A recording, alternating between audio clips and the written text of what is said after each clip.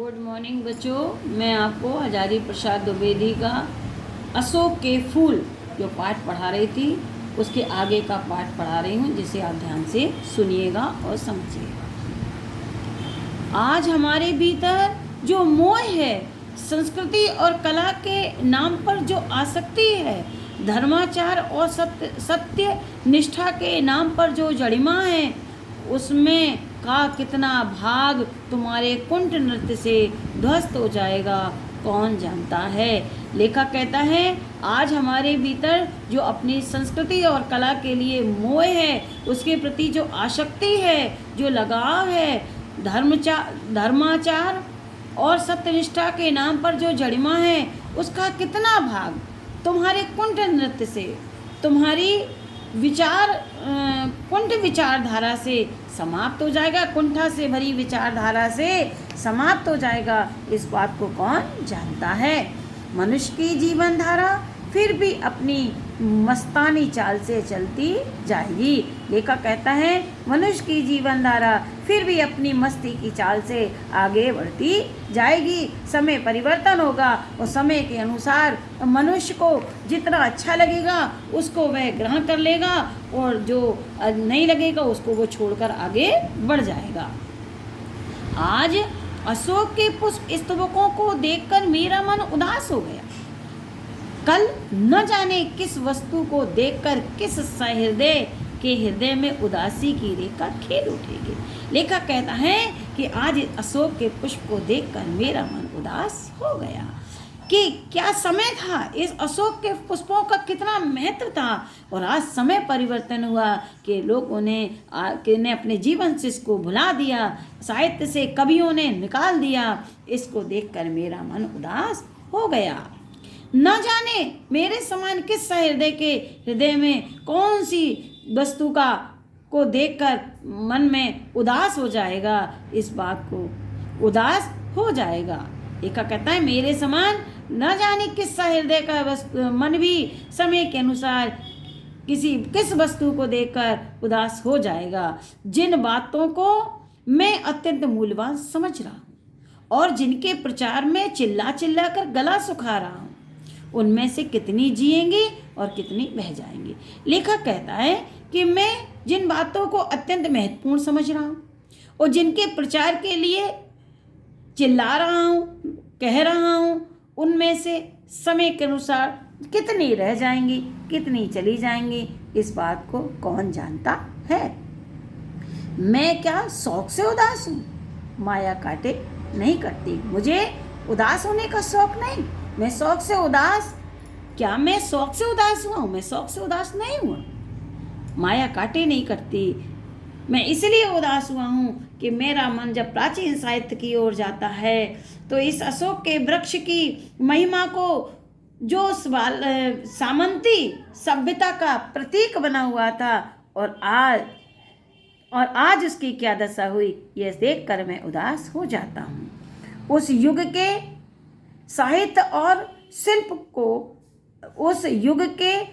और शिल्प मेरे मन को मसले दे रहे हैं। अशोक के फूल की नहीं किसले भी हृदय को कुरेद रहे हैं। लेखक कहता है अशोक के फूल ही नहीं, उसकी पत्तियां भी मेरे हृदय को कुरेद रही हैं।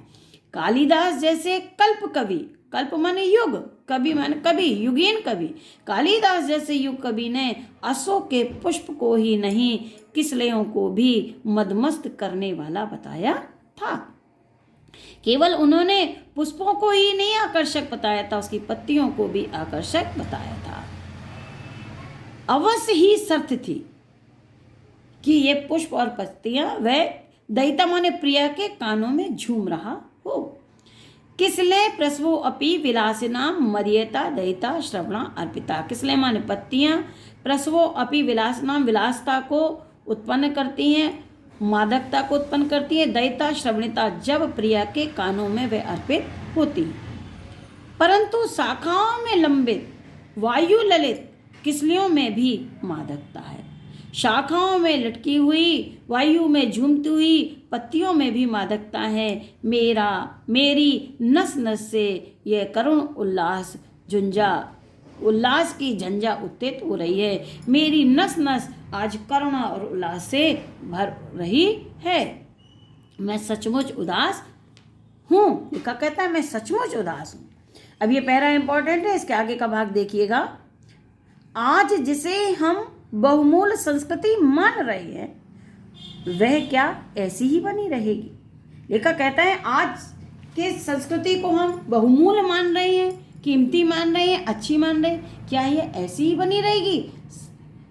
ऐसी नहीं बनेगी, सब बनी रहेगी। समय परिवर्तित होगा और समय के अनुसार वह संस्कृति भी बदल जाएगी। समय के अनुसार हमेशा परिवर्तन बना रहता है। सम्राटों सामंतों ने जिस आचार निष्ठा को इतना मोहक और मादक रूप दिया था वह लुप्त हो गई है।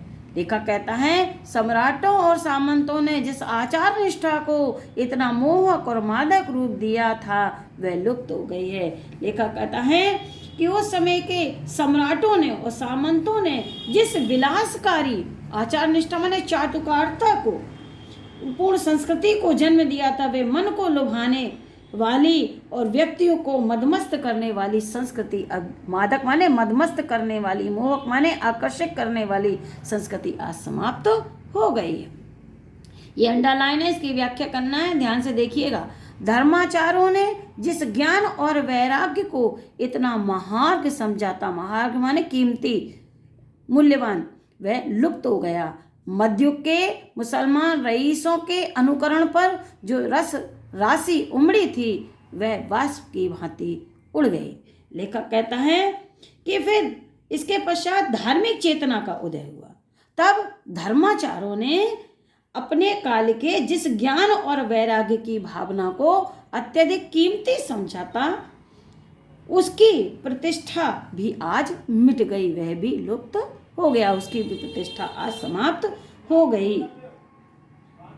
इसके पश्चात मध्ययुग के मुसलमान रईसों के अनुकरण पर जो रस राशि उमड़ी थी, उसके पश्चात मध्ययुग में मुसलमान शासकों की देखा देखी कामुकता भरी हुई संस्कृति विकसित हुई थी, किंतु लेखक कहता है वह वाष्प की भांति उड़ गई। वह भी समय के ताप में वह संस्कृति भी, समय के ताप से वह संस्कृति भी भाप की भांति जाने कहाँ लुप्त हो गई।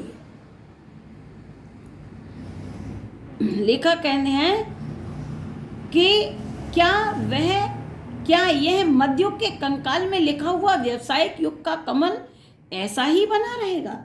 लेखक कहता है कि हमारी जो वर्तमान संस्कृति है जिसका ढांचा मध्ययुगीन रसिकता पर निर्भर है कि मध्ययुग में जो रसिकता थी जब वो समाप्त हो गई थी, उसी की समाप्ति उसी की आधारशिला पर निर्मित हुआ था। उसकी देह जिसकी व्यावसायिकता से जो लेखक कहता है जिसका ढांचा मध्ययुग की कामुकता से निर्मित था, निश्चित रूप से एक दिन यह व्यावसायिक संस्कृति का कमल भी मुरझा जाएगा। निश्चित ही एक दिन ये व्यावसायिक संस्कृति का कमल भी मुरझा जाएगा। महाकाल के प्रत्येक पदाघात में धरती धसेगी। लेखक कहता है कि समय बड़ा बलवान है। महाकाल समय का की प्रधानता, समय बड़ा बलवान है, उसके पदाघात, उसके पद प्रहार से, उसके चरण के प्रहार से कोई नहीं बचा। एक दिन यह संपूर्ण पृथ्वी भी उसके पद के आघात से रसातल की ओर चली जाएगी। उसके कुंठ नृत्य की प्रत्येक चारिका कुछ ना कुछ लपेट कर ले जाएगी। सब बदलेगा, सब विकृत होगा, सब नवीन होगा। लेखक कहता है कि ये विनाश लीला कुंठा के समान लगती है और उसे जैसे कुंठा से भरा हुआ व्यक्ति बिना सोचे समझे अपनी धुन में कुछ भी कर जाता है, ठीक वैसे ही समय की विनाश मंडली की प्रत्येक सेविका कुछ ना कुछ समेट कर अपने साथ ले जाएगी और उस वस्तु का अस्तित्व समाप्त हो जाएगा। सब बदल जाएगा, सब कुछ नया हो जाएगा। कल वही पुराना होकर के जो आज नया है वह कई सब कल पुराना होकर के नष्ट भ्रष्ट हो जाएगा। फिर उसके स्थान पर सर्वथा नवीन निर्माण होगा। समय का यही है कि जो आज है वो कल नहीं, जो कल था वो आज नहीं है, जो आज है वो कल नहीं रहेगा। बच्चों आज यहीं तक पढ़ा रहे हैं, इसके आगे आपको कुछ प्रश्न हैं वो प्रश्न करने हैं जिसे आप ध्यान से देखिएगा। हजारी प्रसाद द्विवेदी का अशोक का फूल कक्षा 12 के बच्चों का काम है। पहला प्रश्न है गद्यांश के पाठ व लेखक का नाम लिखिए। दूसरा है रेखांकित अंश की व्याख्या कीजिए। तीसरा है मनुष्य की जीवन धारा किस चाल से चली जाएगी। चौथा प्रश्न है हम आज जिस संस्कृति को